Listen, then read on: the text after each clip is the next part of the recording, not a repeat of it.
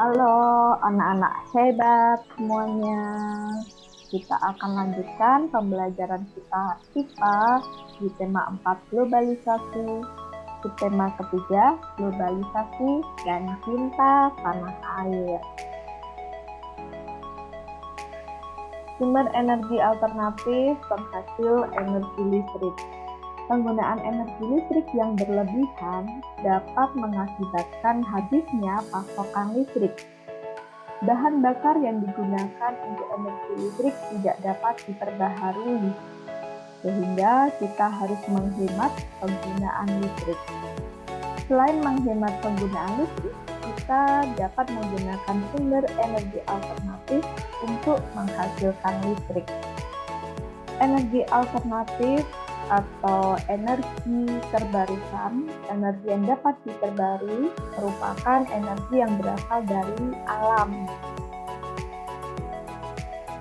Keuntungan dari energi alternatif ini antara lain lebih ramah lingkungan, bebas polusi atau pencemaran, sumber energi ada di alam yang jumlahnya tidak terbatas, dan memiliki jangka waktu habis yang lama.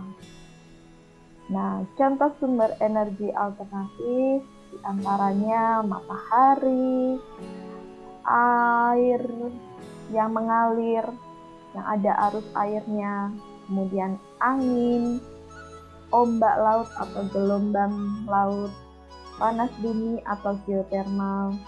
Kita juga bisa memanfaatkan kotoran hewan dan limbah pertanian.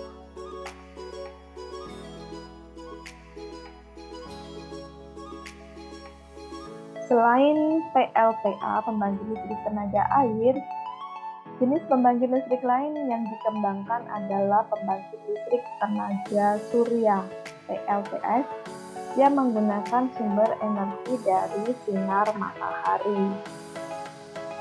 Peralatan yang digunakan berupa panel surya, yaitu sebuah alat berbentuk lempengan logam yang mampu mengubah energi matahari menjadi energi listrik.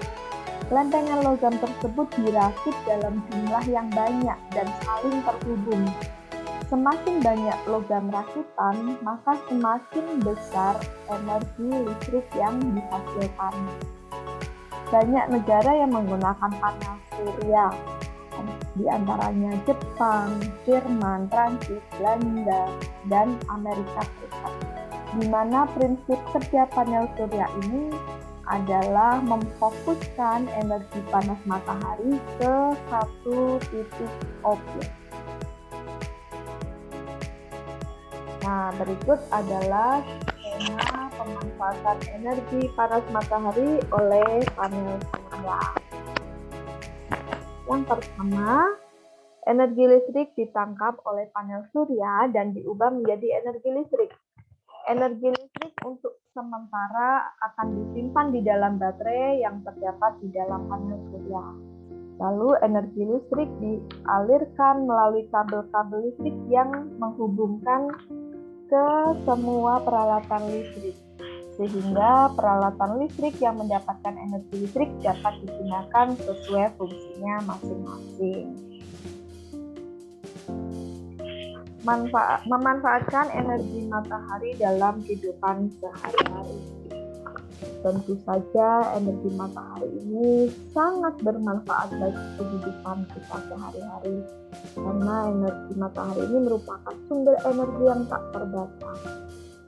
Matahari bisa digunakan sebagai pembangkit listrik tenaga matahari atau tenaga surya, dan tentu saja sebagai penerang alami di permukaan bumi, dari ketika matahari terbit di pagi hari sampai matahari terbenam di sore hari.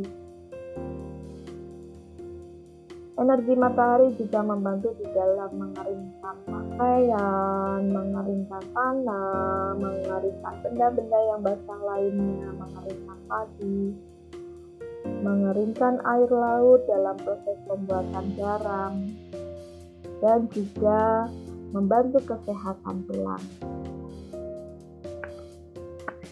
Panel surya merupakan salah satu upaya memanfaatkan energi alternatif yang berasal dari matahari.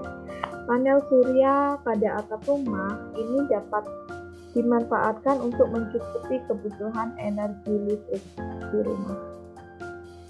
Selain itu, panel surya juga banyak digunakan pada lampu lalu lintas dan lampu penerangan di jalan-jalan sehingga dapat menghemat energi listrik.